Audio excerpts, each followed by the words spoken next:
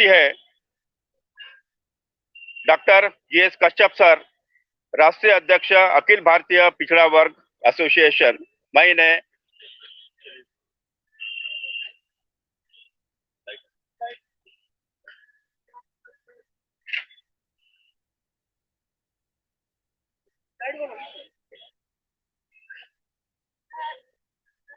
क्या कर रहा है?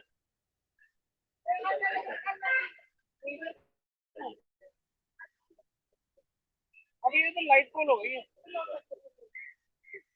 नहीं, गोल हो गई फिर से कट गई। अच्छा, हाँ हाँ ठीक। हाँ, आ गई सर।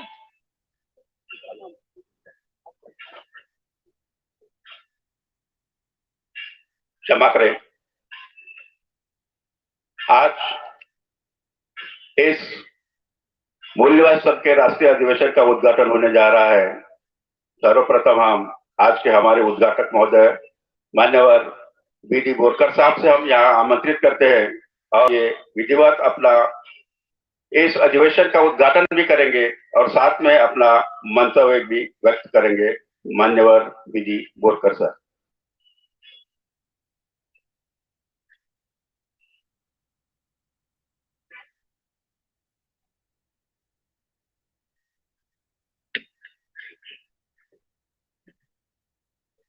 सभी उपस्थित भाई और बहनों को जय भीम, जय मूल निवासी, जय संविधान, जय भारत। आज संविधान दिवस है। संविधान दिवस के इस अवसर पर मैं आप सभी को और संपूर्ण भारतवासियों को शुभकामनाएं देता हूं और अपना भाषण शुरू करने के पहले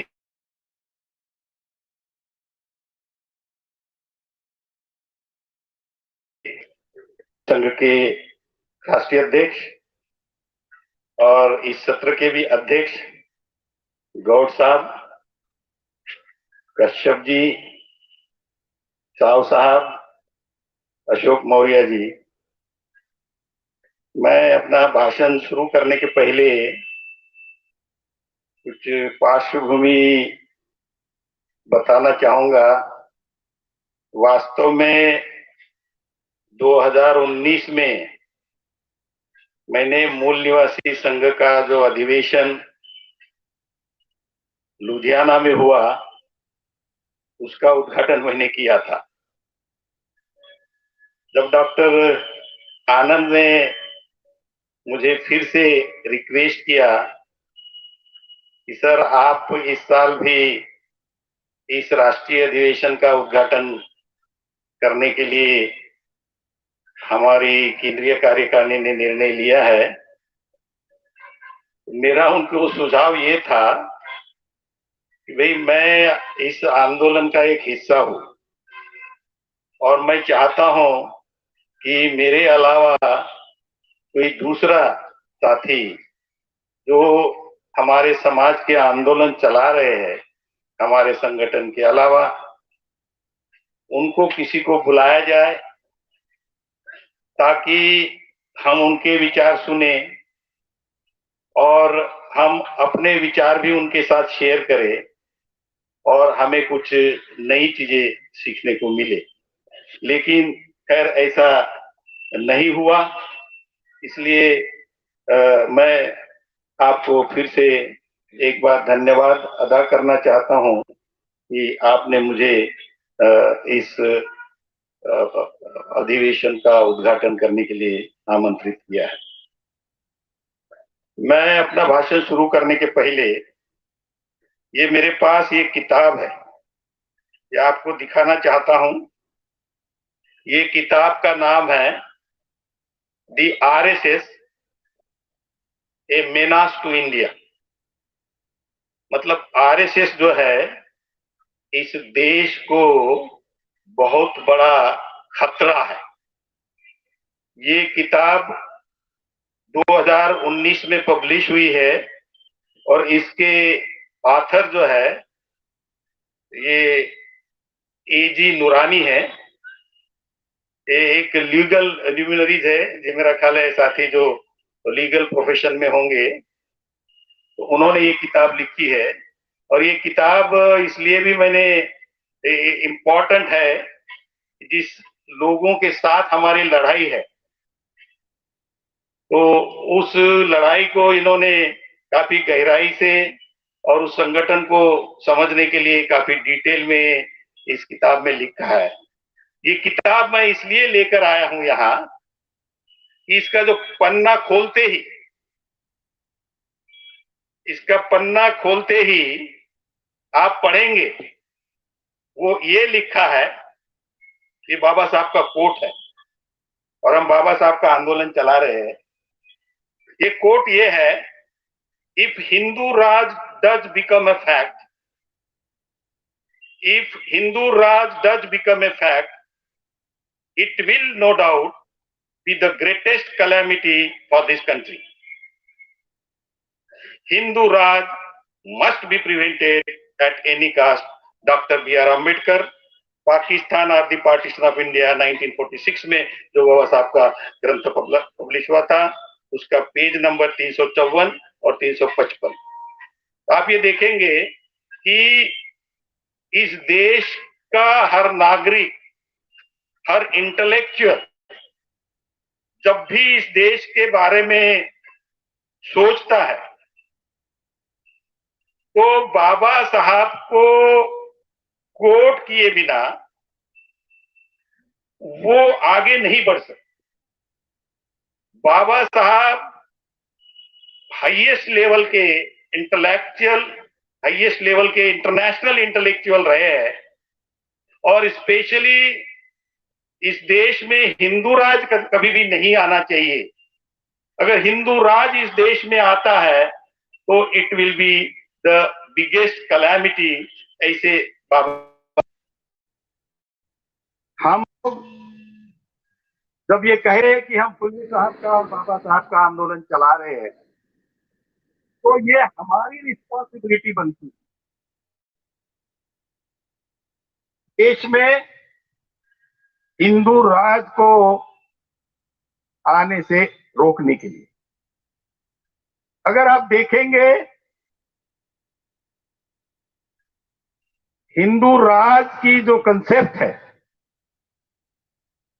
ये कॉन्सेप्ट आरएसएस की है, और आरएसएस ने हिंदू राज लाने के लिए 1951 में एक पार्टी बनाई, जिस पार्टी का नाम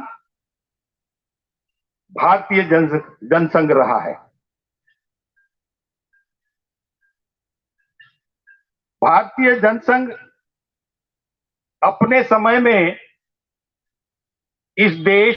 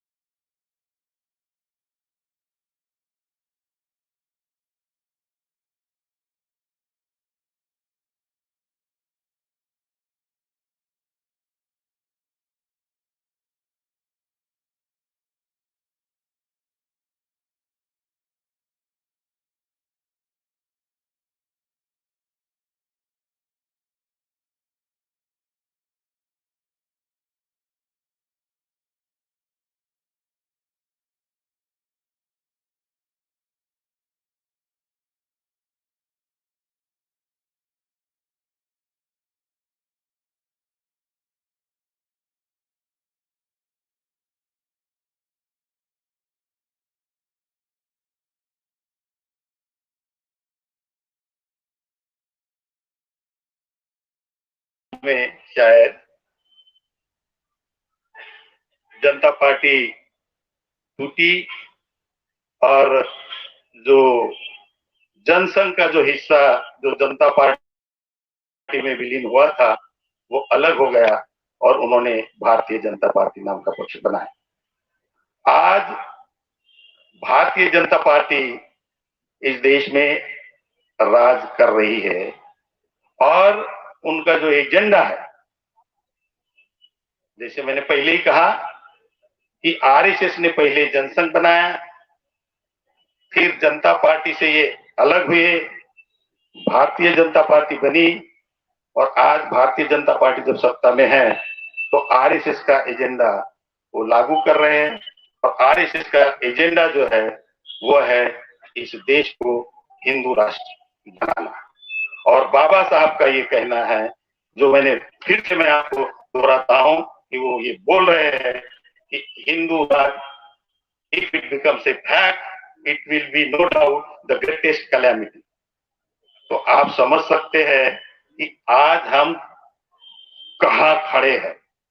एक राष्ट्र की जो बड़ी मुश्किल से इस देश में कॉन्स्टिट्यूशन के माध्यम से एक राष्ट्र निर्मित का कार्यक्रम जो शुरू किया गया था, तो आज उसको तहस नहस करने के लिए बीजेपी और आरएसएस लगी हुई है। तो मैंने अपने भाषण में हमारे समाज के सामने, हमारे देश के सामने क्या चैलेंजेस है इसके बारे में कई साथी, हमारे पार्टी में भी जो साथी है कई बार उसका उल्लेख भी करते हैं। आप ये देखेंगे कि हमारे देश में किसानों की समस्या है, हमारे किसान भाई यहाँ है, कुछ भाइयों से मेरा चर्चा भी हुई।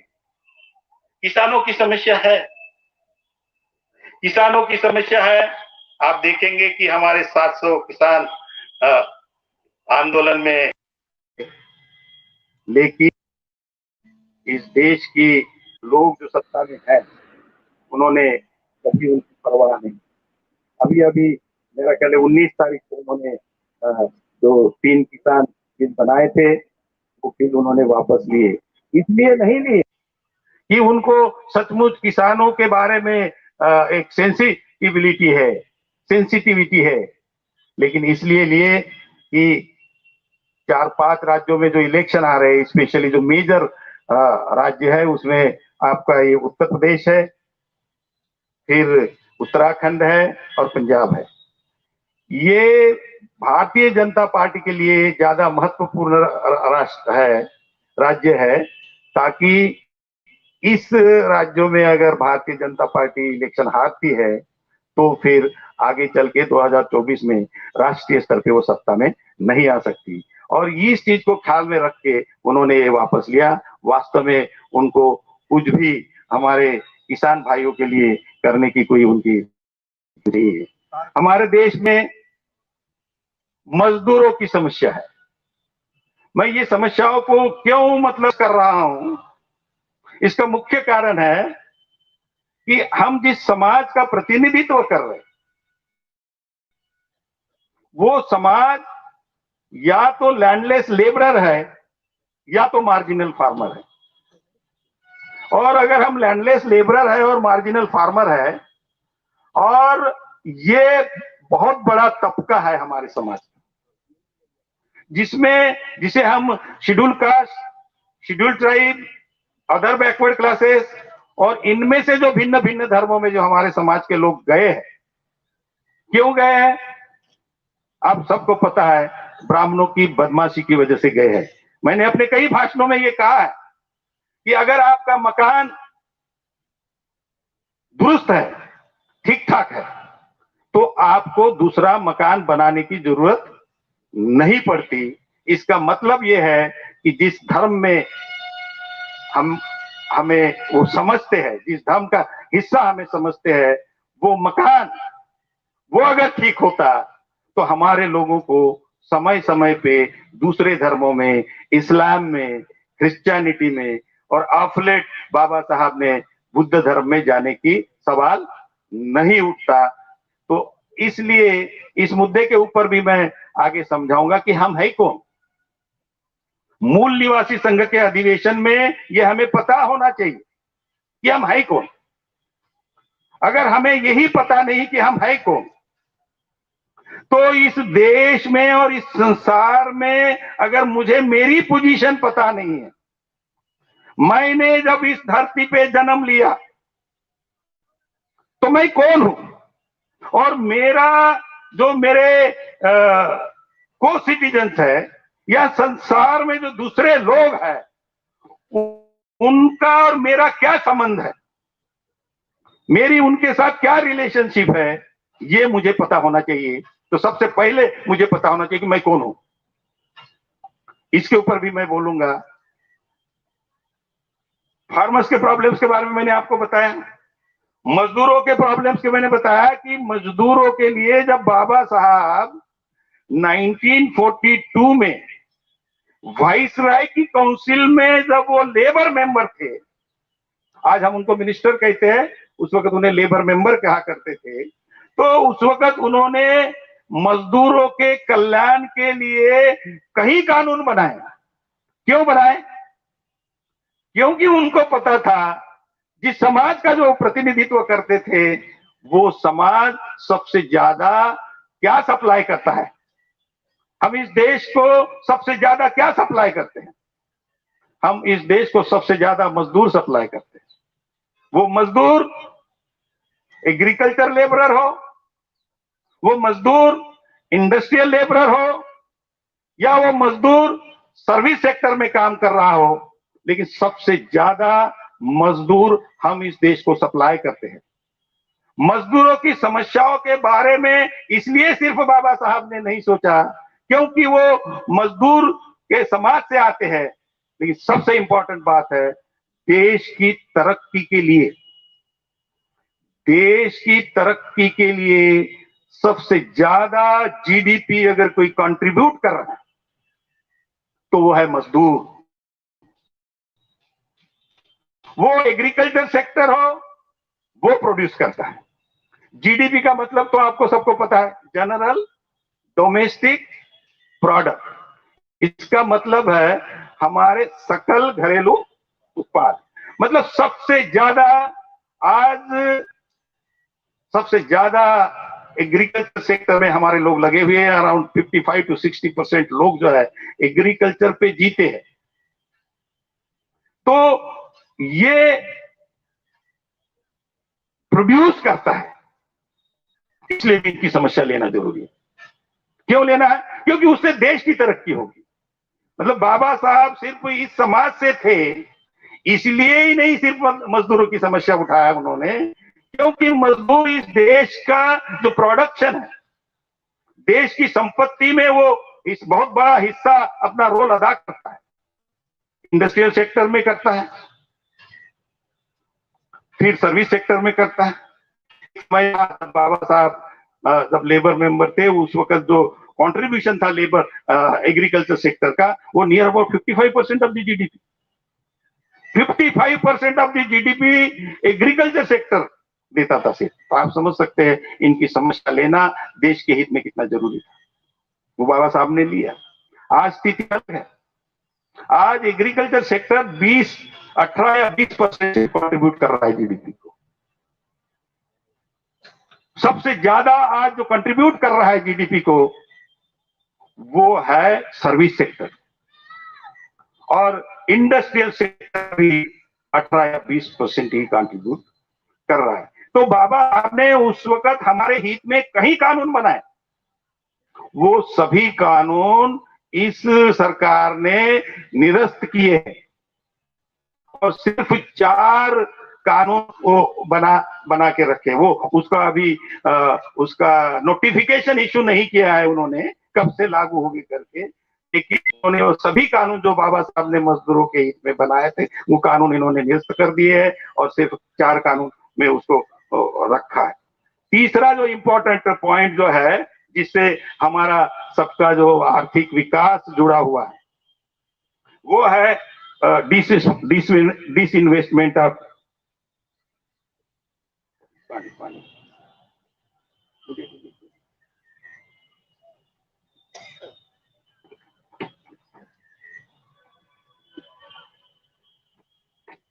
तीसरा जो इंपॉर्टेंट सेक्टर है जो हमसे ज्यादा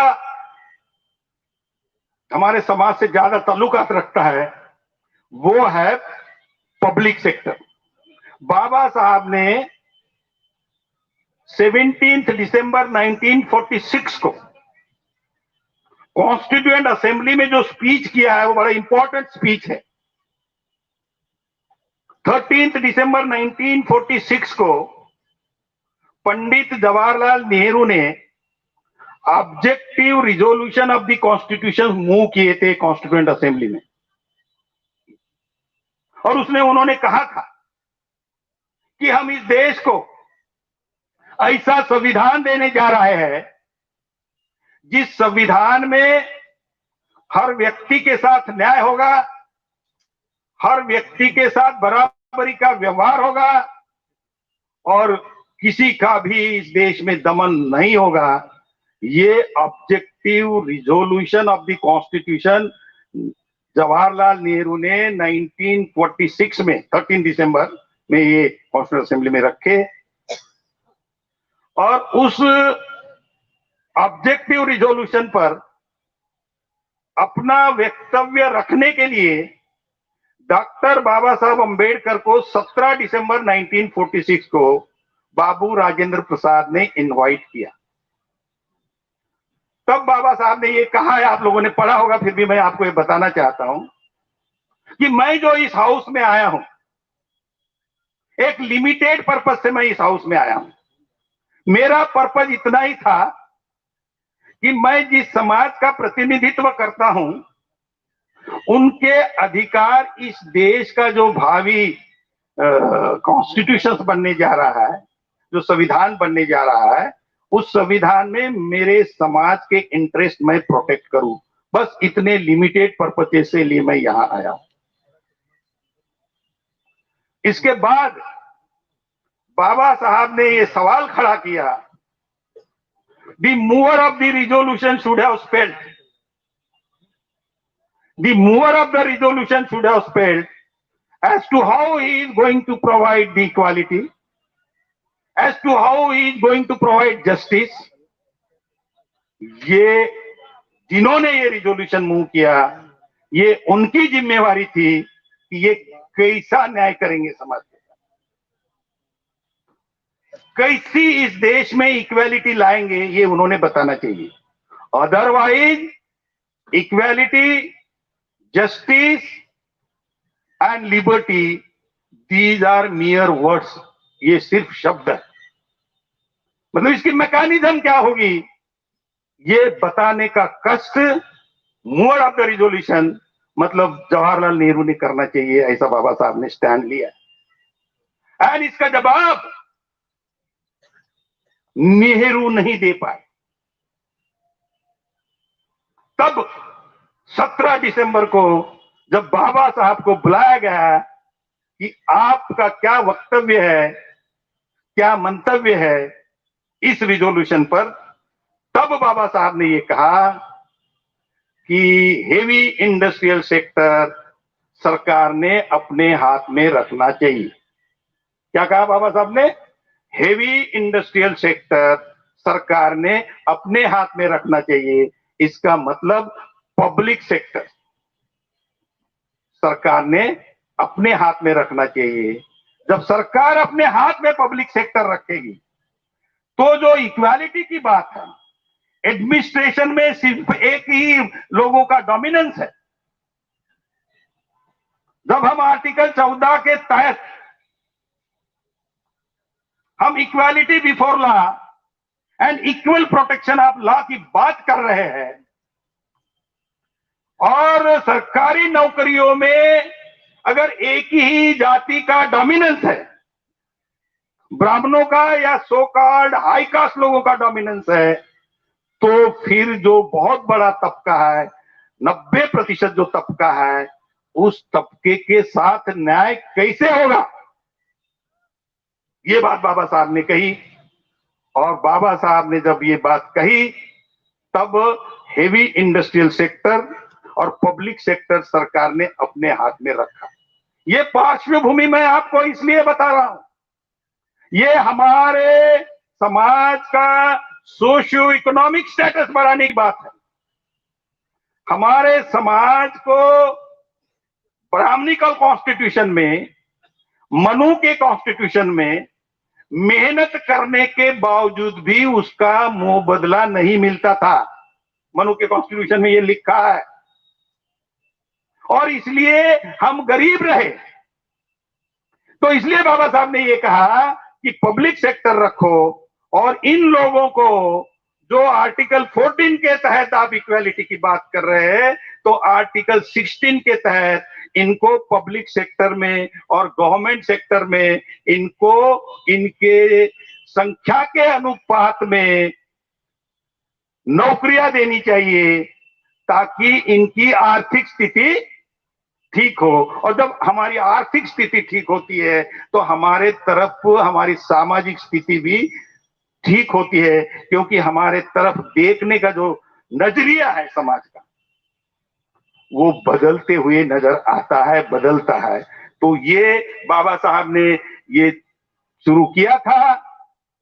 और आज आप ये देखेंगे कि कांग्रेस की सरकार ने 1991 में जो लिबरलाइजेशन, प्राइवेटाइजेशन एंड ग्लोबलाइजेशन की नीति, आर्थिक नीति लाई, उस नीति को जब एनडीए की सरकार आई वाजपेयी के नेतृत्व में, वो विरोधी पार्टी थी कांग्रेस की, लेकिन इस नीति को नहीं बदला। इस नीति को नहीं बदला, इसका मतलब कांग्रेस जो है, जो बाबा साहब ने हमारे लिए व्यवस्था की थी, उसको सेंध लगाने का, ठीक है, हिंदी शब्द मुझे आते नहीं, तो उसको सेंध लगाने का काम किसने किया? कांग्रेस ने किया। और उसको चालू रखने का काम जो है वो बीजेपी ने किया। और आज कांग्रेस के समय में तो अलग मंत्रालय नहीं बना था, लेकिन डिसइन्वेस्टमेंट मिनिस्ट्री वाजपेयी की सरकार में बनाई गई।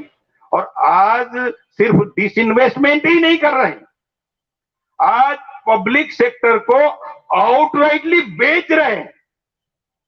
मतलब अगर पब्लिक सेक्टर का मतलब है 50% से ज्यादा जो शेयर सरकार के इन कंपनियों में है, वो सब के सब शेयर बेचे जा रहे हैं और इसको टोटली प्राइवेटाइज किया जा रहा है। और जब भी ये प्राइवेटाइज हुआ, उसका जो नुकसान हुआ, जो आर्थिक नुकसान हुआ, वो मूल निवासी बहुजन समाज के लोगों को हुआ।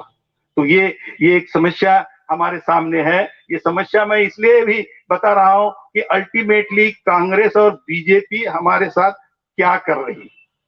अनएम्प्लॉयमेंट का प्रॉब्लम है। पिछले 2 साल में कोरोना की वजह से लॉकडाउन लगाए गए। आपने देखा होगा कि दिल्ली से हमारी एक बेटी 1200 किलोमीटर साइकिल पे अपने बाप को ले जा रही है।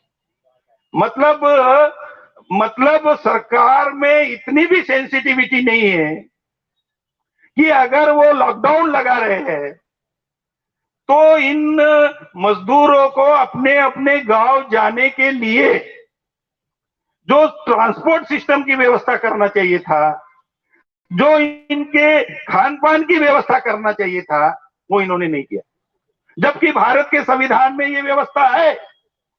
बाबा साहब ने directive principles of state policy में ये व्यवस्था करने के लिए कहा है, लेकिन इस सरकार ने नहीं किया। फिर आप इकोनॉमी के ऊपर आ जाइए, बहुत ही भयावह स्थिति है। ये सिर्फ मूल निवासी बहुजन समाज की ही समस्याएं नहीं है, ये हमारे देश की समस्या है। हमारे जैसे संगठन पर हो सकता है कि जो ब्राह्मणिकल फोर्सेस है वो ये चार्ज लगा सकते हैं कि इनको तो जाति के बाहर कुछ दिखता नहीं, जैसे जाति हमने बनाई। मतलब जो हम लोग संगठित कर रहे हैं अपने समाज को, तो जो ब्राह्मणिकल फोर्सेस है वो ऐसा चार्ज लगाते हुए कि भाई ये लोग उसके बाहर नहीं सोचते, जाति उन्होंने बनाया, और बोल ये रहे कि हम जाति के बाहर नहीं सोचते। और वो उनकी हर एक्शन और हर एक्टिविटी जाति के दायरे में होती है। किसको नौकरी देना, किसको नहीं देना। हमारे कुछ साथी मुझे ऐसे मिले थे कि यहाँ दरोगा की भर्ती होने वाली है यूपी में, और उसमें हमारे लोग कहीं नजर नहीं आएंगे। तो इसका मतलब क्या है? इसका मतलब यह है कि वो उसी दायरे में सोचते हैं, क्योंकि उन्होंने बनाया ही जाति उसके लिए। तो आज हमारे देश की स्थिति बहुत भयानक है, आर्थिक स्थिति। मैं आपको बता दूं कि आज हमारे 17 नवंबर को ये फिगर निकाले हैं नेट से, 1237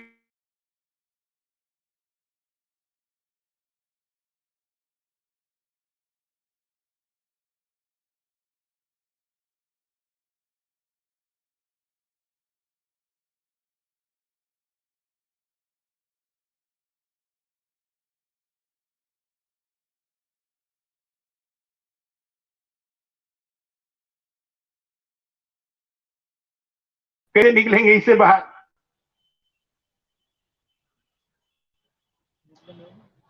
मतलब इन लोगों ने हमारे देश के ऊपर इतना कर्जा लेके रखा है कि कल अगर हम सत्ता में आते हैं, और आने वाले जरूर है, तो क्या हम ये कह सकते हैं वर्ल्ड बैंक से जो लोन लिया, इंटरनेशनल मॉनिटरी फंड से जो लोन लिया, और दूसरे राष्ट्रों से जो लोन लिया, जिसका जिक्र मैंने यहां किया, टोटल 91,253 बिलियन रुपीस, कल अगर हम सत्ता में आते हैं तो क्या हम ये कह सकते हैं कि हम ये लोन वापस नहीं करेंगे? तो अगर ये लोन वापस करेंगे तो हम अपने लोगों की तरक्की कब करेंगे? इनको पिछले 70 साल से जो हमारे अधिकार, हमारी आर्थिक और सामाजिक स्थिति ठीक करने के लिए जो आर्थिक नीतियां बननी चाहिए थी, वो नहीं बनने की वजह से आज हमारा समाज जो है, मतलब 2 समय की रोटी के लिए भी मजबूर है। तो ये स्थिति 90% ऑफ द जीडीपी, मतलब डेट ट्रैप में है हमारा देश। हम इससे बाहर नहीं उबर सकते। ऐसी भयावह स्थिति, आर्थिक स्थिति है। पॉवर्टी के फिगर इन्होंने रिलीज किए हैं।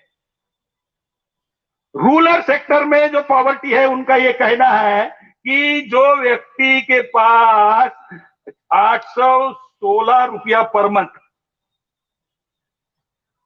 816 रुपया अगर वो एक महीने में कमाता है देहाती एरिया में, और 1000 रुपया अगर वो कमाता है शहरी एरिया में, और उससे नीचे, तो वो पॉवर्टी लाइन है।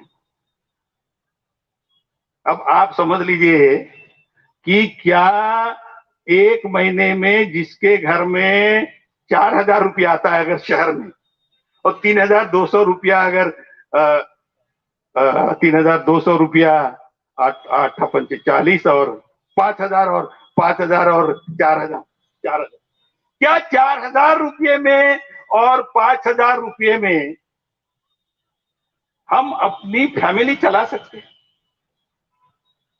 इतनी भयावह स्थिति है। आर्टिकल 43 जो है कॉन्स्टिट्यूशन का, उसमें बाबा साहब ने लिविंग वेजेस की बात की है।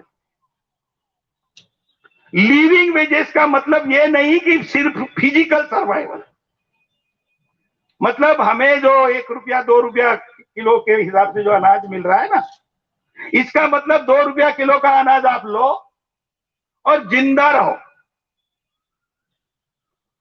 वो नहीं है। भारत का संविधान जो डायरेक्शन दे रहा है रूलर्स को, सरकार को जो डायरेक्शन दे रहा है संविधान, उनको आर्टिकल 43 के तहत लिविंग वेजेस मिलना चाहिए। लिविंग वेजेस का मतलब यह होता है कि उसकी 2 समय की रोटी की व्यवस्था होनी चाहिए, उसके बदन पे कपड़े की व्यवस्था होनी चाहिए, उसके रहने सहने के लिए मकान की व्यवस्था होनी चाहिए, उसके बाल बच्चों की शिक्षा की व्यवस्था होनी चाहिए, और उनके स्वास्थ्य की व्यवस्था होनी चाहिए। ये वो नहीं कर रहे। ये स्थिति है। आप ये देखेंगे, और जितनी भी जो directive principles of state policy जो है, इसके तहत जो नीतियां, आर्थिक नीतियां जो बननी चाहिए थी, या और दूसरी नीतियां बनी इसके विपरीत बन रही है। तो ये सवाल ये उठता है, ये इतने जो समस्या मैंने आपके सामने रखी और मोस्टली हमारे समाज का ध्यान इन्हीं समस्याओं पर केंद्रित किया जा रहा है।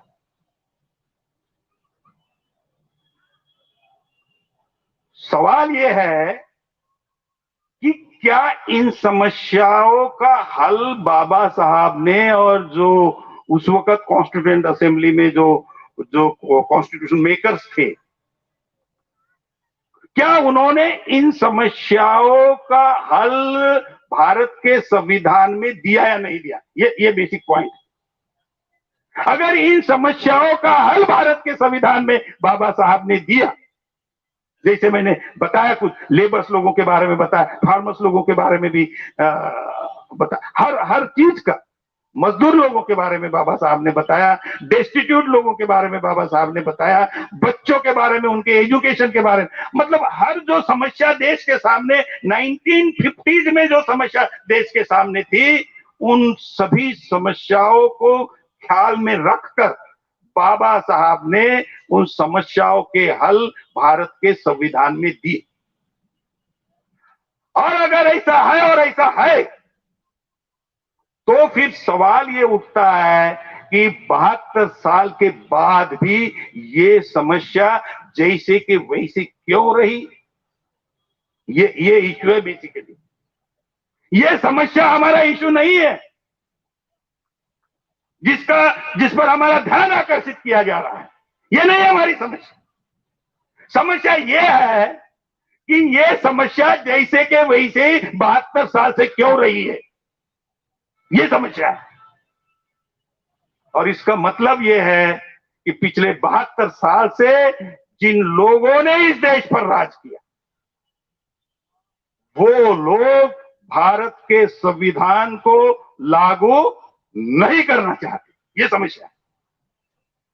जिन लोगों के हाथ में ये सत्ता 72 साल से रही है, वो लोग ये समस्या, समाज की समस्या हल नहीं करना चाहते। संविधान के दायरे में सॉल्यूशन होने के बावजूद, सिर्फ इतना ही नहीं, तो ये संविधान ही उनके लिए समस्या है। ये संविधान उनके लिए समस्या है और इसलिए इस संविधान को वो डिस्ट्रॉय करना चाहते हैं। ये समस्या है। मैं बिल्कुल पिन पॉइंटेडली आप लोगों को बता देना चाहता हूं कि समस्या क्या है। समस्या को आइडेंटिफाई करना, समस्या को समझ लेना, यह बहुत महत्वपूर्ण बात है। अगर आपके सामने क्या समस्या है, यह अगर आपको पता नहीं है, तो फिर आप सही हल नहीं ढूंढ सकते। हमारा ध्यान कहीं दूसरी जगह लगाया जा रहा है, जबकि वो इस देश के संविधान को तहस नहस करना चाहते। इस देश के संविधान में जो इस देश के 90% लोगों के लिए जो समाधान दिए हैं, वो लागू नहीं करना चाहते, बल्कि उस संविधान को डिस्ट्रॉय करना चाहते। कौन लोग है वो? कौन है वो लोग? अगर आप मेरी बात मान ली कि हाँ, वो इस देश की संविधान को डिस्ट्रॉय करना चाहते, तो फिर आपके सामने दूसरा सवाल खड़ा हो जाता है कि कौन लोग है वो? उनको आइडेंटिफाई करो। जिस संविधान से हमारी सभी समस्याओं का हल है, अगर वो जो संविधान डिस्ट्रॉय करने में लगे हुए, तो कौन लोग हैं? उनको आइडेंटिफाई करो और हमारी लड़ाई उनके साथ सीधी होनी चाहिए। और वो जो लोग हैं जिसका जिक्र बाबा साहब ने किया, जो इस देश में हिंदू राष्ट्र लाना चाहते हैं, वो लोग हैं। और इसलिए हमारी लड़ाई उनके साथ सीधी लड़ाई है। ये लड़ाई उस लेवल पे हमें उनके साथ लड़नी होगी। और जब हम उनकी ताकत देखते हैं, इस किताब में उसका जिक्र है, उनकी 10 मिलियन मेंबरशिप है। हमारी कितनी है? उनके साथ हम लड़ना चाहते हैं, सीधी लड़ाई लड़ना चाहते हैं। ये इश्यूज है। तो और ये इस चीज को हमने समझना चाहिए।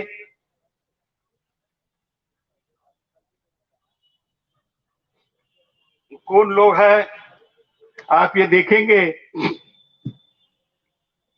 कि बाबा साहब ने जब संविधान प्रेजेंट किया, उनका 25 नवंबर 1949 का स्पीच है, last speech in the constituent assembly. उसमें लंबा स्पीच है, मैंने कुछ जहां मुझे लगा कि आप लोगों के सामने वो से कोटेशन सामने लाए जो मुझे इंपॉर्टेंट लगे। उनकी तो हर शब्द, हर लाइन हमारे लिए इंपॉर्टेंट है। उन्होंने ये कहा, हाउएवर गुड ए कॉन्स्टिट्यूशन में बी, कॉन्स्टिट्यूशन कितना भी अच्छा हो, आप लोगों ने पढ़ा होगा, लेकिन मैं किस कॉन्टेक्स्ट में बता देना चाहता हूं। हाउएवर गुड ए कॉन्स्टिट्यूशन में B, it is sure to turn out bad. It is sure to turn out bad because those who called upon to work it happens to be bad lot. मतलब कितनी भी अच्छी constitution हो, लेकिन जिन लोगों को उसको लागू करना है वो लोग अगर गंदे लोग हैं, बैड लोग हैं, बैड मतलब क्या है? बुरे लोग हैं, तो फिर वो संविधान बैड ही निकलेगा। और आगे लिख रहे हैं वो, the turn out to be, it may turn out to be good, it may turn out to be good if those who are called upon to work it happen to be good lot. मतलब अगर अच्छे लोगों के हाथ में अगर संविधान दिया और संविधान गलत खराब भी है और अच्छे लोगों के हाथ में है तो अच्छी होगी, और बुरे हाथ लोगों के हाथ में दिया तो कितने भी अच्छे है तो भी वो। सवाल ये उठता है कि पिछले 70-72 साल में संविधान कौन लोगों के हाथ में? तो अगर आज हमारे लोगों को उनके संवैधानिक अधिकार नहीं मिल रहे तो इसकी करोलरी क्या है? मतलब एंड रिजल्ट अगर ये है कि हमारे लोगों को उनके भारत के संविधान में दिए हुए अधिकार नहीं मिल रहे, इसका मतलब कौन से लोगों के हाथ में संविधान है? सुनील यादव जी, हाँ, इसका मतलब पिछले 70 साल से ये संविधान बुरे लोगों के हाथ में है, तो इसलिए ये हमारा कल्याण नहीं होता। मैंने लिखा, what does it mean? It means those who have been working upon this constitution for the last 72 years are bad lot, as the problems prevalent at the time of framing the constitution persist and have gone from bad to worst. But is that the only problem? ये पूरे लोगों के हाथ में constitution है, इतना ही है या आगे है कि the point is, are they bad people whether they are in Congress or in BJP? वो कांग्रेस के लोग हो या बीजेपी के लोग हो, उनको हम बुरे लोग कहें?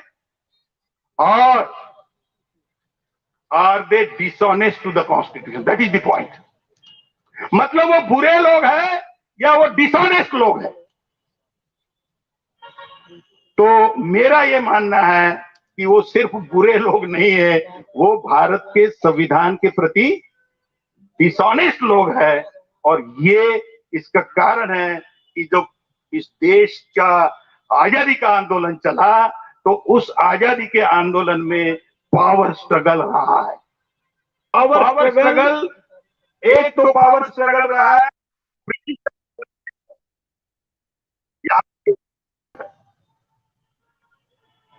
और ये पावर स्ट्रगल यहाँ इंटरनल जो पावर स्ट्रगल रहा है वो Congress, RSS and Ashraf Muslims, ये लोग हैं।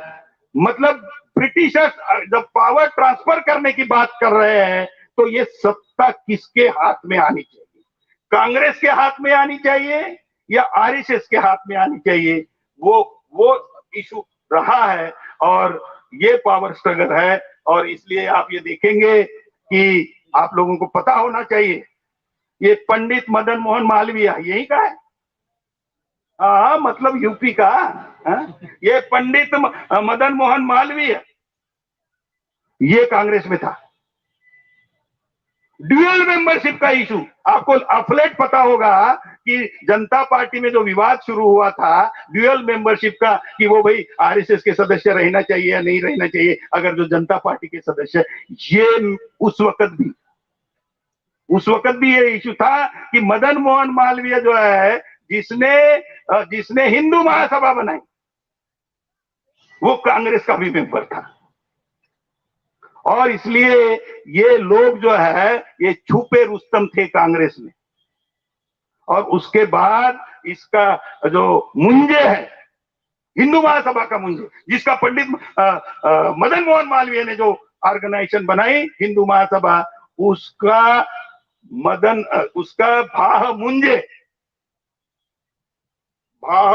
जो है वो 1927 से 1937 तक हिंदू महासभा का प्रेसिडेंट रहा। और ये जो भाव मुंजे है ये मेंटर है गोलवलकर का, सॉरी हेडगेवार का। ये जो मुंजे जो है, जो हिंदू महासभा का था, उसने गोलवलकर हेडगेवार के माध्यम से आरएसएस बनाई। मैं ये लिंक आपको इसलिए बता रहा हूं कि ये कांग्रेस में रहे और कांग्रेस में हिंदू महासभा अलग से एक पॉलिटिकल पार्टी भी बनाई और कांग्रेस के साथ भी ड्यूअल मेंबरशिप रखी और उसके माध्यम से इन्होंने आरएसएस बनाई। और आरएसएस के माध्यम से जो हिंदू राष्ट्र की जो कंसेप्ट है, जो सावरकर ने आगे चलाई, वो हिंदुत्व का मामला लेके चलाया, ये सब इश्यूज है। तो आप ये देखेंगे कि ये जो हिंदू राष्ट्र, हिंदुत्व, ये जो मुद्दे हैं, ये बहुत सारे हमारे साथियों को ये पता नहीं कि हिंदू धर्म नाम का कोई धर्म नहीं है। ये वकील लोग मेरे सामने बैठे हैं, सुप्रीम कोर्ट का निर्णय है, सुप्रीम कोर्ट ने कहा कि ये धर्म नहीं है, लेकिन ग्राउंड में क्या है, जमीनी स्तर पर क्या है, जमीनी स्तर पर हिंदू धर्म है या नहीं है। और सुप्रीम कोर्ट वो जो बोलता है वो होना चाहिए कि नहीं होना चाहिए देश में, क्या होना चाहिए देश में, तो फिर ग्राउंड में हिंदू धर्म कैसे है। इसका मतलब जो बुरे लोग या डिसऑनेस्ट लोग जो है उसको सुप्रीम कोर्ट को भी वो नहीं मानना चाहते। क्यों नहीं मानना चाहते? क्योंकि अगर आप हिस्ट्री में और डिटेल में जाते तो आपको ये पता चलेगा कि हिंदुइज्म नाम का कोई धर्म नहीं, ये पॉलिटिकल कंस्ट्रक्ट है। ये 18वीं सदी का पॉलिटिकल कंस्ट्रक्ट है, ये पॉलिटिकल आइडेंटिटी है, ये बनाई गई। महात्मा फुले को पढ़ लीजिए आप, महात्मा फुले का इतना बड़ा ग्रंथ है, उसमें आपको हिंदू शब्द नहीं मिलता। आपके लिए क्या मिलता है? महात्मा फुले के ग्रंथ में आपके लिए क्या मिलता है? आपकी क्या आइडेंटिटी है? ब्राह्मणों की दृष्टि से आप शूद्र और अति शूद्र हो, आप हिंदू नहीं हो। ये पॉलिटिकल कंस्ट्रक्ट है, बनाया गया। और क्योंकि ये पूरे उसमें लगे रहे, ये मदन मोहन मालवीय, मुंजे और भी लाला लजपत राय, ये सब लोग लगे रहे इसको हिंदू और हिंदू राष्ट्र बनाने के लिए। उनका पॉलिटिकल गेम था। हम वो नहीं है, कास्ट के लोग हम नहीं है, क्योंकि वो आर्यों की व्यवस्था है, वो आर्यों की व्यवस्था है, आर्यों का धर्म है, उन्होंने कास्ट बनाई। ये सभी चीजें आपको समझनी होगी।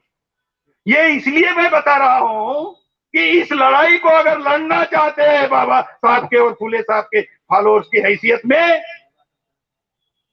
तो आपको ये बताना पड़ेगा समाज जीवन में और जीना पड़ेगा। तुम जो हो अलग हो, हम अलग है, ये हम नहीं कर रहे। हम ये लड़ाई इसलिए नहीं जीत पा रहे, हम लड़ाई तो लड़ना चाहते हैं, लेकिन तुम अलग और हम अलग, लड़ाई तो तभी लड़ी जा सकती है ना। हम तुम्हारा हिस्सा होके तो लड़ाई नहीं लड़ी जा सकती। हम वो नहीं है, हम वो कास्ट के लोग नहीं है, हम आपके धर्म के लोग नहीं है, हम अलग लोग हैं। तुमने हमें जबरदस्ती से कास्ट के लोग बनाया, तुमने जबरदस्ती से हमें हिंदू धर्म के लोग बनाया, जो है ही नहीं। सुप्रीम कोर्ट बोल रहा है। हमारे लोग क्यों नहीं समझ रहे? हम क्यों नहीं समझा पा रहे हमारे लोगों को? हमारे घर में एक ब्राह्मण आता है, हमारे घर के सभी लोगों को समझा के जाता है, और हम अपने घर के लोगों को भी नहीं समझा पाते, है कि नहीं सच्चाई? वो आता है, पूजा पाठ की बात जो करता है वो समझा के चले जाता है, और हम अपने घर के लोगों को नहीं समझा पा रहे। हम अपने परिवार को चला रहे, वो ब्राह्मण पैसा भी नहीं देता, उसकी सुनते, और हम अपने बाल बच्चों की शिक्षा, महिलाओं की सब व्यवस्था हम करते हैं, हमारे घर के लोग नहीं सुनते। It is the problem. क्योंकि ये इस ढंग से जब तक हम चैनलाइज नहीं करेंगे और घर घर में हर मेंबर का ओपिनियन नहीं फॉर्म करेंगे, because it is ultimately the opinion. Ultimately governance की सिस्टम में, सत्ता की सिस्टम में, राजकाज पाने की सिस्टम में, व्हाट मैटर्स इज ओपिनियन। मत कैसा है? हमारा मत हमारा दुश्मन जैसे सोचता है वैसा है, या हमारा मत हम जैसे सोचते हैं वैसा है? अगर हमारा मत और हमारे समाज का मत हम जैसा सोचते हैं वैसा अगर हो गया तो फिर समस्या हल हो जाएगी, फिर समस्या हल हो जाएगी। नहीं तो समस्या हल नहीं होने वाली, क्योंकि ये मत ही है, ये मत ही है जो हमें अधिकार देगा।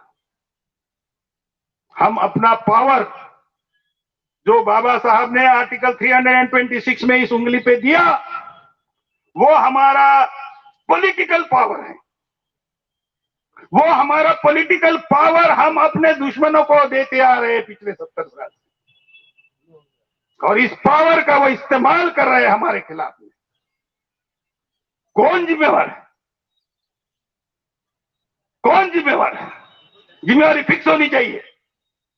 क्या मोदी जिम्मेवार है? मोदी जिम्मेवार है? अगर हम अपना पावर उनको देते हैं और उसका वो इस्तेमाल हमारे खिलाफ में करते हैं, तो कौन जिम्मेवार है? कौन है और क्यों है? अज्ञान। जो फुले साहब ने कहा, अज्ञान। पढ़े लिखे हो सकते हैं, लेकिन ज्ञानी होना, ये सब पढ़े लिखे लोग हैं, लेकिन ज्ञानी का समस्या है। इन समाज को ज्ञानी बनाना होगा, एक ये काम है। दूसरी जो बात मैं आपको बताना चाहता हूं, ये हिंदू राष्ट्र और इसके बारे में एक इंपॉर्टेंट बात है, जो जैसे मैंने बताया ये डिसऑनेस्ट लोग हैं। नेहरू बोलते रहा कि हम सेक्युलर है, और पॉलिटिकल पावर उनके हाथ में आया, कॉन्स्टिट्यूशन बनाया, लेकिन एग्जीक्यूटिव पावर का क्या हुआ? एडमिनिस्ट्रेशन का क्या हुआ? High court mister Golwalkar claimed on 25th October 1942, mind it, time. Golwalkar claimed on 25th October 1942 that Sangha had 1,500 branches and 2 lakhs members all over India. Its members had infiltrated in all key services. मैं administration की बात कर रहा हूं। Power transfer हो रहा है, political power Congress के हाथ में जा रहा है। एडमिनिस्ट्रेशन का क्या हो रहा है? गोलवलकर ये कह रहा है, mister Golwalkar claim 25th October 1942 की बात है, that Sangha had 1,500 branches and 2 lakhs members all over India. Its members had infiltrated in all key services, both civil and military. मतलब एडमिनिस्ट्रेशन में, पॉलिटिकल पावर में कांग्रेस है, और एडमिनिस्ट्रेशन में कौन है? आरएसएस है। पॉलिटिकल पावर में कांग्रेस है और एडमिनिस्ट्रेशन में आरएसएस है। It had enrolled reliable government servant, teachers, class and set up shakas in gun factory Jabalpur and the ordnance factory Khamaria to attach military personnel. ये है, तो ये दोनों मिलके एक पॉलिटिकल पावर के माध्यम से और दूसरा एडमिनिस्ट्रेटिव कंट्रोल करके। और आपने देखा होगा एक वीके सिंह नाम का कोई जनरल हुआ है इस देश में, हुआ कि नहीं हुआ? क्या हुआ उसका?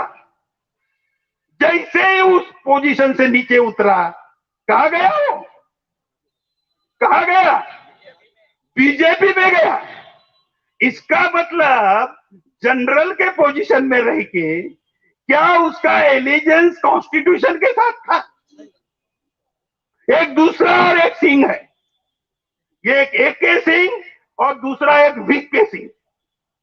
ये वीके सिंह था, एक एके सिंह भी है, पता है इसके बारे में?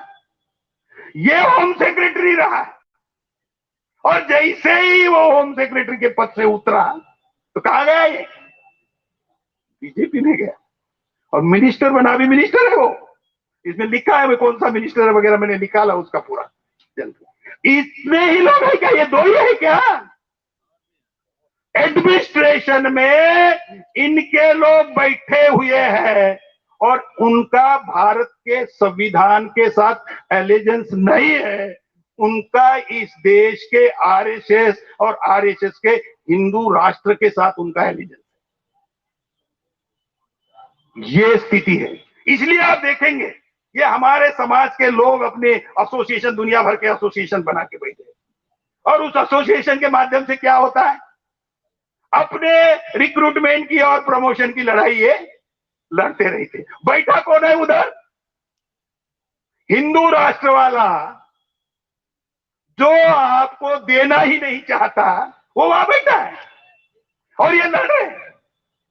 और इसलिए आप देखेंगे न सिर्फ वो एडमिनिस्ट्रेशन में बैठे, न सिर्फ पॉलिटिकल सिस्टम में बैठे, वो जुडिशियरी में बैठे होंगे।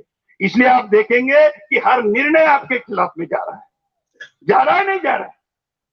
ये स्थिति है और इस स्थिति से उभरना है।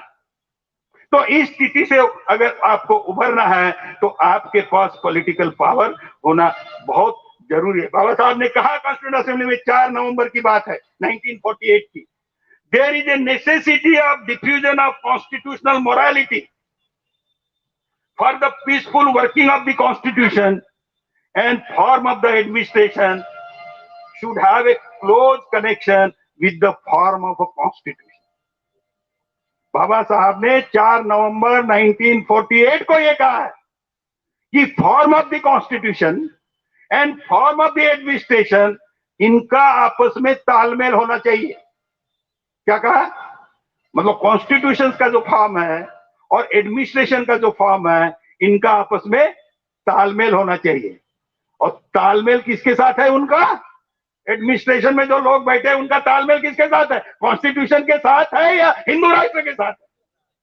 यह समस्या है।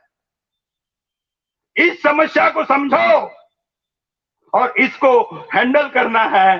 तो फिर बाबा साहब कह रहे हैं constitutional morality is not a natural sentiment. Hindu sentiment natural है। एक आदमी अगर हिंदू करके जी रहा है तो उसके सेंटिमेंट हिंदू सेंटिमेंट है। एक आदमी बुद्धिस्ट करके जी रहा है, उसके सेंटिमेंट बुद्धिस्ट है। एक आदमी मुस्लिम करके जी रहा है, उसके सेंटिमेंट मुस्लिम। लेकिन बाबा साहब ये कह रहे हैं constitutional morality is not a natural sentiment, it has to be cultivated. ये लोगों में इनकलकेट करना चाहिए। नेचुरल सेंटिमेंट लोगों में इनकलकेट करना चाहिए। Sentiment we must realize that our people yet to learn the democracy. Our people yet to learn the democracy, yet to learn it. Democracy in India is a top dressing on the Indian soil. Democracy in India is a top dressing on the Indian soil, which is essentially undemocratic. मतलब ये देश जो है ये democratic नहीं है, ये undemocratic है, क्योंकि इस देश में उच्च नीचता की भाव चल रही है, कोई अपनी बात ही मना रहा है, दूसरे की सुन नहीं रहा है, इट इज अनडेमोक्रेटिक।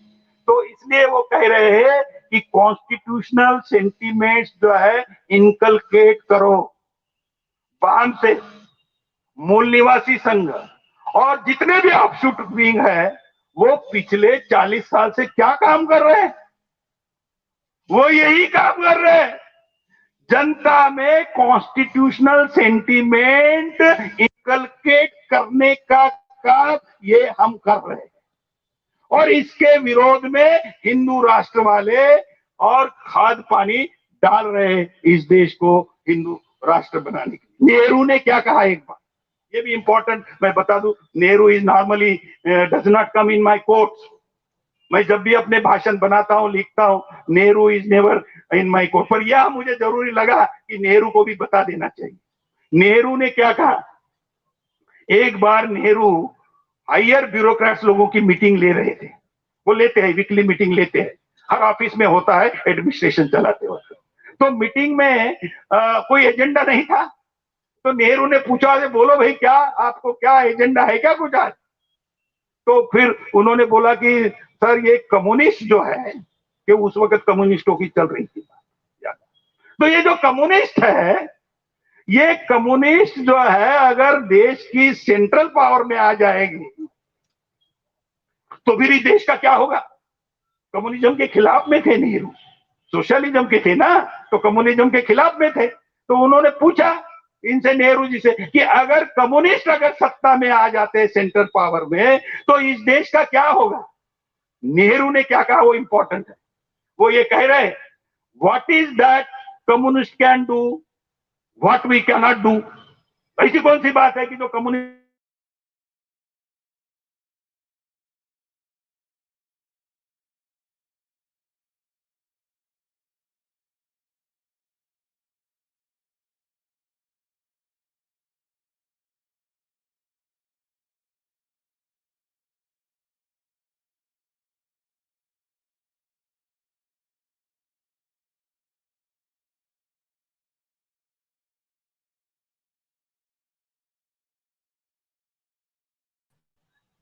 जैसे मैं रुक जाता हूं बीच बीच में, there was a long pause and then he said it slowly and deliberate, धीरे से और जानबूझ के बोला, क्या बोला?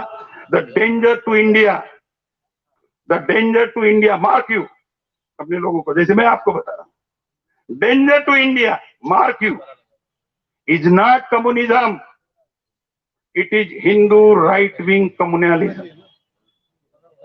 वो हिंदू विंग कम्युनलिज्म ही इस देश के लिए धोखा है, नेहरू बोल रहा है। बाबा साहब बोल रहे हैं कि अगर ये राष्ट्र हिंदू राष्ट्र बनता है तो it will be the biggest calamity. Baba Saheb की फोर्सेस, कांग्रेस की फोर्सेस में इनके ऊपर भारी थी, लेकिन आज ये फोर्सेस भारी हुई। क्यों हुई? क्योंकि ये आस्तीन का सांप बने रहे, they were the snake in the green grass, खा रहे थे सरकार का, कॉन्स्टिट्यूशन के माध्यम से जो मिल रहा था वो खा रहे थे, और गीत किसके गा रहे थे? हिंदू राष्ट्र और आरएसएस का काम ये अंदर में अंदर कर रहे थे। तो ये जो स्थिति है, इस स्थिति से निपटने के लिए क्या करना चाहिए? क्या करना चाहिए हमने? तो हमने क्या करना चाहिए? तो सबसे पहले हमने बोलना, भाई हम तुम नहीं है, तुम अलग हम अलग, लड़ाई ये बिल्कुल, और ये घर घर में होना चाहिए। ये जिला का स्ट्रक्चर में 8-10 लोग होने से नहीं होने वाला, ये सुपर स्ट्रक्चर है। मूल निवासी संघ की केंद्रीय कार्यकारिणी, बामसेफ की रखो, बामसेफ की केंद्र कार्यकारिणी और पार्टी की केंद्र, ये सुपर स्ट्रक्चर है। फाउंडेशन क्या है? फाउंडेशन है ग्रास रूट में आपके कितने लोग हैं। अगर ग्रास रूट में आप नहीं हो, आप कुछ नहीं कर सकते। और इसलिए ग्रास रूट में इस संगठन को, इस आइडियोलॉजी को, इस आइडेंटिटी को हर घर में और हर व्यक्ति तक पहुंचाने का काम इस आंदोलन के हर कार्यकर्ता का है। और सिर्फ इस आंदोलन के हर कार्यकर्ता का नहीं है, तो जो जो भी लोग फुले आम्बेडकर आइडियोलॉजी में विश्वास करते उन सबका है। वो अगर ये करेंगे तो ये होगा, ये नहीं करेंगे तो नहीं होगा, और घर में बैठ के तो कतई नहीं होगा। अब मैं कुछ साथियों से बात कर रहा था इधर बैठे, मैं बोला जाते क्यों नहीं लोगों? सर वो जाते नहीं क्योंकि इतना दबाव रहता है। माने सर जी सो रहे हैं, अब मैं आप ही की बात भी कर रहा हूं, अभी नाम लेना पड़ा आपका। तो वो बोल रहे हमारे लोग समझा नहीं पा रहे। क्यों नहीं समझा पा रहे? क्योंकि जो दबाव है, जो दूसरे लोग जो जिनके दिमाग में गंदगी भरी हुई है, उस गंदगी का दबाव जो उसके दिमाग पर आता है, उसको चीर कर आगे निकल जाने के लिए जो इंटरनल ताकत चाहिए, आत्मबल जिसको कहते हैं। अकेला अम्बेडकर लड़ सका, अकेला फूले लड़ सका।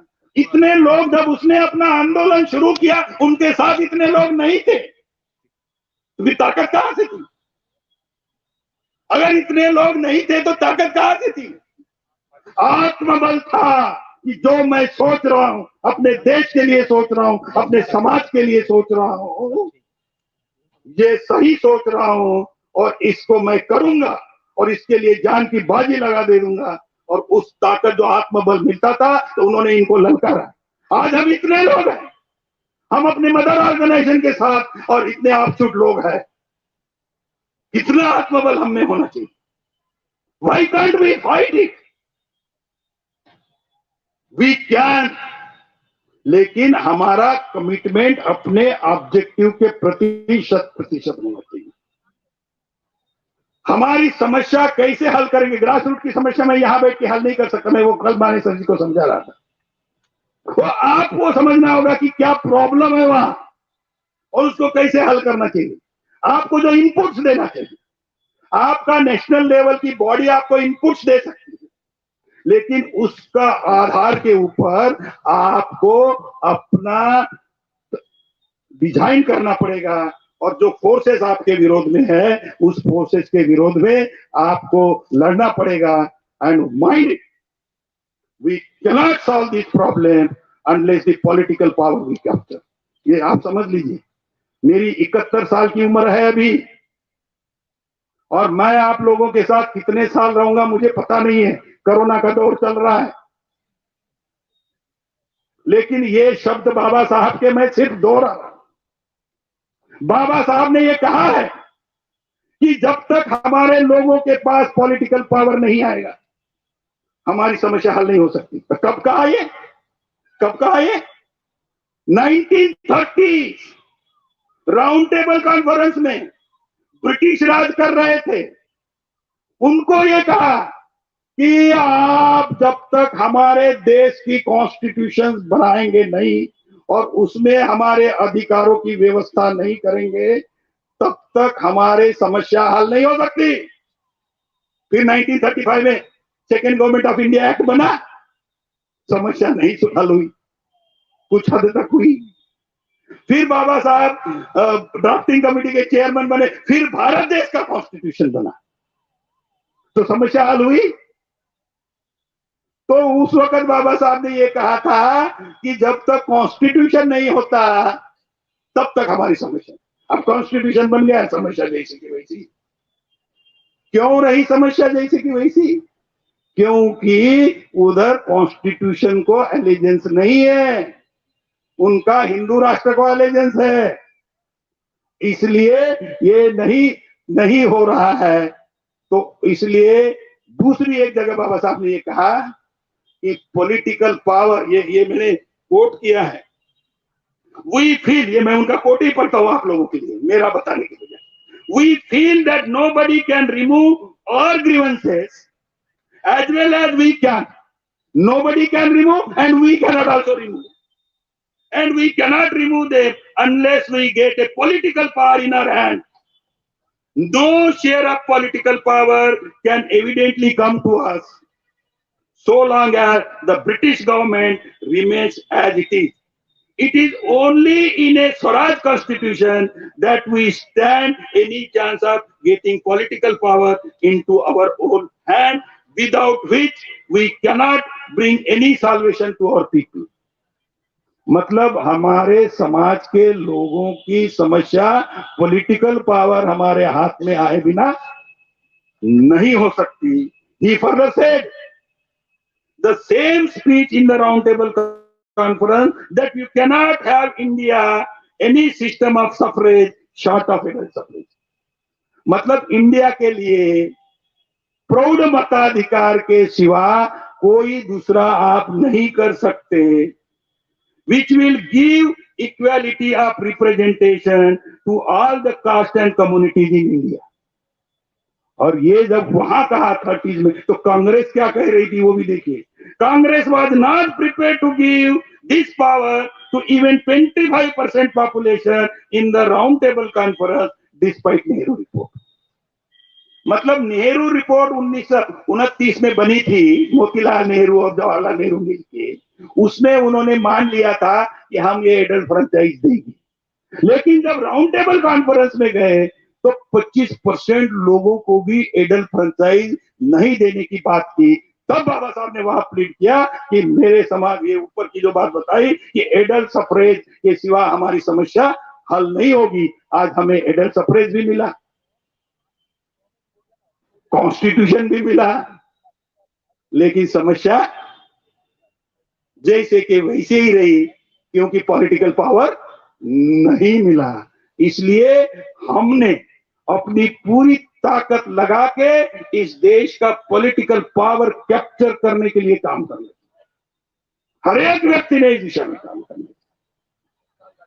अगर पॉलिटिकल पावर हमें चाहिए तो मेरी आप लोगों से रिक्वेस्ट है कि ये जाके समझाओ कि जो ताकत आपको जो दी है, जो पॉलिटिकल पावर आपके उंगली के ऊपर बाबा साहब ने दिया है, इसका इस्तेमाल करो अपने दुश्मनों को परास्त करने के लिए. और परास्त करने का मतलब उनको सत्ता से बेदखल करने के लिए. जितने पिछले 7 साल में जो उन्होंने मतलब यहाँ क्या मचाया बोलते हैं उसको,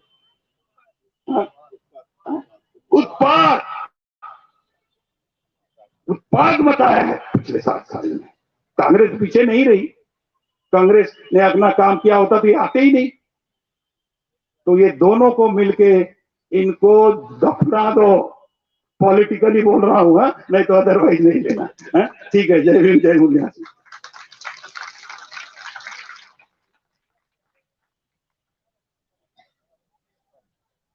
साथियों, पॉलिटिकल पावर के बगैर हमारी समस्या हल नहीं होगी. ये आज के उद्घाटन पर भाषण पर माननीय बोरकर साहब ने हमें अपने संवैधानिक और सामाजिक और आर्थिक रूप में जितनी भी समस्याएं रूबरू कराया. धन्यवाद सर.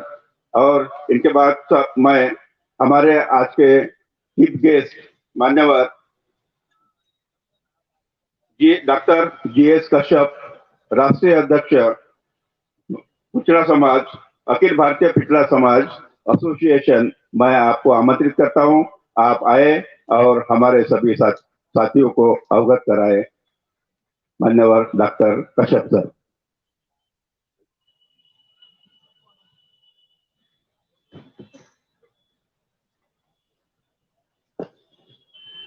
सबसे पहले तथागत गौतम बुद्ध को नमन करते हुए, साथ ही इस दबे कुचले वंचित समाज में, मूल निवासी समाज में जन्मे सभी संतों और गुरुओं को नमन करते हुए, आज की कार्यक्रम के उद्घाटक परम सम्मानित परम आदरणीय बीडी बोरकर साहब, आज के प्रस्तावना रखने वाले प्रस्तावक जी डॉक्टर अशोक मौर्य जी, और सफल संचालन कर रहे आदरणीय डॉक्टर आनंद कुमार जी, और इस कार्यक्रम की अध्यक्षता करने के लिए उपस्थित परम सम्मानित डॉक्टर इंजीनियर उमेश चंद्र गौर जी, और सामने बैठे हुए क्रांतिकारी मूल निवासी समाज के साथियों, सभी को जय भीम, जय भारत, जय मूल निवासी। और मुझसे पहले हमारे मार्गदर्शक आदरणीय बीडी बोरकर साहब ने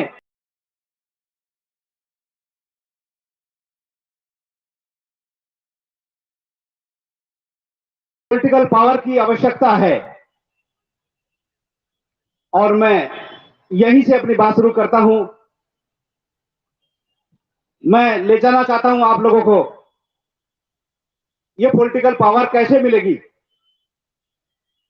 और बाबा साहब के द्वारा दी गई चेतावनियों को मैं आपके सामने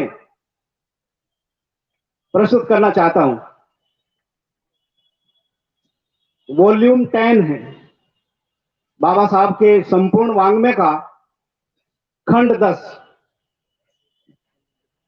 वहां पर बाबा साहब ने 3 चेतावनियां हम लोगों को दी है।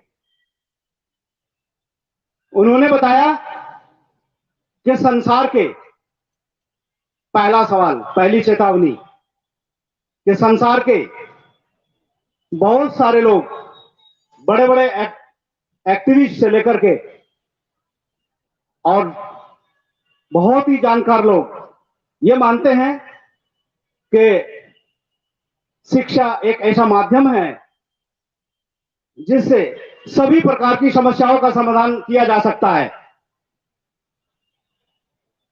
और बाबा साहब ने कहा भी है, शिक्षित बनो, संगठित बनो और संघर्ष करो। उन्होंने भी कही है कि संसार में अधिकांश लोगों का मानना है, बहुसंख्यक लोगों का मानना है कि शिक्षा के द्वारा सभी प्रकार के भेदभाव और असमानता को समाप्त किया जा सकता है। लेकिन वहीं पर बाबा साहब सवाल खड़ा करते हैं, कहते हैं ऐसा नहीं है, केवल शिक्षा ही एक ऐसा साधन नहीं है जिससे सभी समस्याओं का समाधान किया जा सकता हो। उन्होंने कहा कि शिक्षा के कुछ निहित स्वार्थ होते हैं, जैसे ब्राह्मणों के बच्चे, बीवी, उनके सभी मेंबर्स पढ़े लिखे हैं, लेकिन सबसे पहले सबसे ज्यादा अछूतपन का व्यवहार उन्हीं के घरों में होता है। यदि शिक्षा से सभी समस्याओं का समाधान हो जाता तो पढ़ी लिखी फैमिली अनटचेबिलिटी को दूर करके फेंक देती, मगर ऐसा नहीं है। उन्होंने कहा कि निहित स्वार्थ का मतलब किसी को सस्ते लेबर चाहिए, कोई उच्च शिक्षित है, कोई निम्न शिक्षित है, तो इस तरह से जो है भेदभाव का स्तर जो है वहां से खत्म नहीं किया जा सकता। तो इसका मतलब शिक्षा भी हमें पूर्ण रूप से सभी समस्याओं के समाधान को नहीं दे सकती।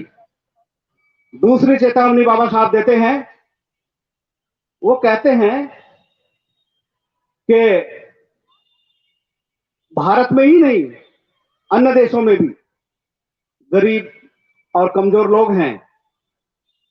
तो कहते हैं कि जो खासकर भारत के संदर्भ में उन्होंने बताया कि अधिकांश लोगों का मानना है कि कोई मसीहा आएगा और हमारी सब समस्याओं का समाधान करेगा, कमजोर लोगों को वो बल देगा और जो सबल लोग हैं उनके हाथ में से सत्ता छीन करके आपके हाथ में दे देगा। ऐसा पढ़ाया भी जाता है, दर्शन में भी पढ़ाया जाता है। बाबा साहब कहते हैं कि वो मसीहा ना तो आया, ना आएगा और ना आने वाला। तो इसका मतलब यह है कि वहां पर भी हमारी किसी भी प्रकार की समस्या का समाधान नहीं है। उसके बाद तीसरा सवाल उठाते हैं बाबा साहब। वो कहते हैं कि बहुत सारे लोगों का मानना है कि भारत में सर्वहारा क्रांति होगी, और ये सर्वहारा क्रांति क्या होगी, जिसमें अमीर और गरीब के बीच की खाई खिंचेगी। सारे अमीर एक तरफ हो जाएंगे और गरीब एक तरफ हो जाएंगे। तो जब गरीबों के अंदर चेतना जागृत होगी तो गरीबों के हाथ में सत्ता होगी और अमीर लोग जो है पीछे हट जाएंगे। गरीबों के पास हाथ में सत्ता होगी, मजदूर के हाथ में सत्ता होगी। इस तरह की बात वो कहें। बाबा साहब कहते हैं कि भारत में यह भी नहीं हो सकता क्योंकि ब्राह्मण वर्ण का गरीब से गरीब व्यक्ति जो अपने नाक से मक्खी भी नहीं उठा सकता, वो भी SC ST OBC के IAS PCS DM और कलेक्टर को उसी हैसियत से देखता है जैसे देखता आया है। तो यदि वो गरीब है और ये पढ़ा लिखा IAS PCS भी है, दरोगा है, फिर भी कहता है हरिजन जात का दरोगा है, जज जो है चमार जाति का है, प्रोफेसर मल्लाह जाति का है, तो पढ़ा लिखा होने के बावजूद भी एक गरीब से गरीब व्यक्ति उच्च वर्ग का इसी तरह की भाषा का इस्तेमाल करता है। तो कहते हैं कि जो है इस तरह से गरीब और अमीर के बीच की खाई नहीं हो सकती, जो मार्क्सवाद को लोग बढ़ावा देते हैं। बहुत सारे लोग कहते हैं कि मार्क्स से बताए रास्ते पर चलना है, सरवारा क्रांति होगी, गरीब एक तरफ होंगे और अमीर एक तरफ होंगे, तो गरीबों के हाथ में सत्ता होगी। तो बाबा साहब कहते हैं कि यहां भी हमारे पास कोई समाधान नहीं है। जब तीनों जगह समाधान नहीं, तो समाधान कहां है, जिसकी चर्चा मान्यवर बोरकर साहब ने भी किया है। उन्होंने कहा सभी समस्याओं का समाधान है, हमें शक्ति अर्जन करना होगा। और शक्ति कैसी? वो राजनीतिक शक्ति। और वो राजनीतिक शक्ति कैसी? जो ग्रास रूट पर आधारित है। अभी बोरकर साहब ने कहा कि ये जो यहां पर जो बैठे हुए लोग हैं, मूल निवासी संघ और बामसेट के जो लोग हैं, वो सुपर स्ट्रक्चर के लोग हैं, ये ग्रास रूट पर मैसेज जाना चाहिए। तो कहते हैं कि ग्रास रूट पर आधारित एक शक्ति का निर्माण करना होगा, और वो शक्ति किसी काम की नहीं है, वो राजनीतिक सत्ता शक्ति किसी काम की नहीं है जिसमें बहुमत के लिए किसी अपर कास्ट के व्यक्तियों का मुंह देखना पड़े। तो इस तरह की राजनीतिक सत्ता की बात बाबा साहब करते हैं। और ये क्या 70-72 सालों में हम लोग कर पाए? अभी तक हम नहीं कर पाए। बोरकर साहब ने भी सवाल पूछा था कि जिम्मेदारी किसकी है, तो मैं भी यही कहता हूं कि जिम्मेदारी हमारी ही है और हमारी ही बनती है। हमें ही उस ग्रास रूट पर आधारित राजनीतिक सत्ता का निर्माण करना होगा, और उसमें हम सब लोग लगे हुए हैं। ये बात यहां पर इसलिए कहने की आवश्यकता है क्योंकि सवाल इसी बात का है कि यदि हमारी सभी सामाजिक, आर्थिक और राजनीतिक समस्याओं का समाधान अगर कहीं नहीं होगा, तो राजनीतिक सत्ता हासिल करने में, पॉलिटिकल पावर हासिल करने में, वो भी कैसी, जो ग्रास रूट पर आधारित होगी, तभी संभव हो सकता है, अदरवाइज ऐसा नहीं हो सकता। अब ये मैं बताना चाहता हूं, ये होगा कैसे? ये संगठन का जाल भी बढ़ेगा। मैं यहां पर भी उस बात का उदाहरण देना चाहता हूं, सयाजीराव गायकवाड़ का 1919 का भाषण। उन्होंने कहा, जापान का उदाहरण देते हुए उस भाषण, कि जापान में भारत जैसी सामाजिक व्यवस्था थी, लगभग मिलती जुलती। जैसे भारत में ब्राह्मण, क्षत्रिय, वैश्य और शूद्र है, 4 प्रकार के वर्ण हैं, कुछ इसी तरह के मिलते जुलते जापान में भी हैं। और उन्होंने बताया जापान में दमिया जो यहाँ के ब्राह्मण के बराबर, समुराई यहाँ के क्षत्रिय के बराबर, कॉमन फाल यहाँ के ओबीसी के बराबर, और ईटा यहाँ के अनटचेबल अछूतों के बराबर। तो दमिया, समुराई, कॉमन फाल और ईटा, ये 4 प्रकार के लोग जापान में पाए जाते हैं। और देश के जितने भी साधन और संसाधन, संपत्ति है और सत्ता है, वो दमिया और समुराई लोगों के हाथ में है, हाथ में थे। तो दमिया लोगों की संख्या सैकड़ों में थी, समुराई लोगों की संख्या हजारों में थी, कॉमन फाल और ईटा जो है करोड़ों में थे। तो जब उनके अंदर बौद्धिक क्रांति आई, ईटा और कॉमन फाल के अंदर, यानी बैकवर्ड, यानी ओबीसी समझिए, कॉमन फाल और ईटा लोगों के अंदर जब चेतना जागृत हुई, और चेतना जागृत करने में किनका योगदान है? जो बुद्धिस्ट लोग हैं, जो सामाजिक कार्यकर्ता हैं, वो लोग गए और उन्होंने कॉमन फाल और ईटा को समझाया कि सारी धन दौलत संपत्ति दमिया और समुराई के हाथ में है, आप लोगों का क्या रोल है? तो दमिया और समुराई के अंदर उस तरह का भय होने लगा जब कोमन फाल और ईटा लोगों में चेतना जागृत हुई, संगठित होने लगे, तो उस चेतना को देख करके दमिया और समुराई लोग भयभीत होने लगे। तो उनकी संख्या कम होने के कारण उन्होंने कहा, यदि कहीं ऐसा ना हो, कोमन फाल और ईटा लोग यानी अछूत और बैकवर्ड लोग मिलकर के कहीं हमारा खात्मा ना कर दे, उससे पहले हमें कुछ करना चाहिए। तो उन्होंने एक कॉमन बैठक बुलाई। उस बैठक में कहा, ये रही आपकी संपत्ति, ये रहा आपका राजपाट, इसे जैसे चाहो ऐसे इसका उपयोग करो, और जो है हम सब लोग मिलकर के काम करेंगे। जापान की ऐसी क्रांति है जिसे बहुत ही अच्छी क्रांति के नाम से जाना जाता है, वैचारिक क्रांति पर आधारित है। तो कहने का मतलब है कि दमिया और समुराई भयभीत होकर के सत्ता, संपत्ति, साधन जितने भी थे वो सब कोमन फाल और ईटा के हाथ में दे देते हैं और सत्ता उनके हाथ में आती, तो एक क्रांति होती है।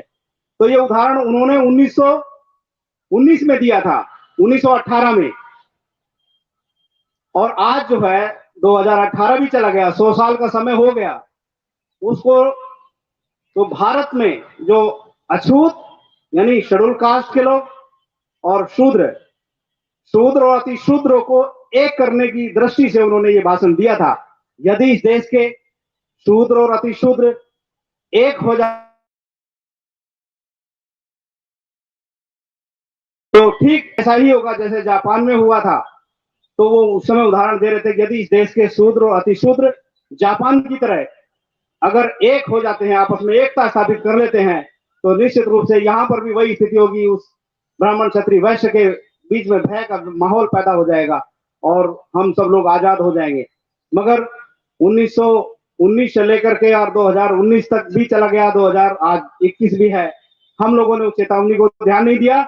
यदि हम चाहते हैं, यहाँ पर बताने का मकसद इसी बात का है, एससी, एसटी, ओबीसी के लोगों में फुले अंबेडकरी विचारधारा का प्रचार प्रसार होना चाहिए। शेड्यूल कास्ट के लोग तो अंबेडकरी विचारधारा को ठीक से समझते भी हैं और उसका अनुसरण भी करते हैं, मगर मैं देख रहा हूं कि ओबीसी के लोगों में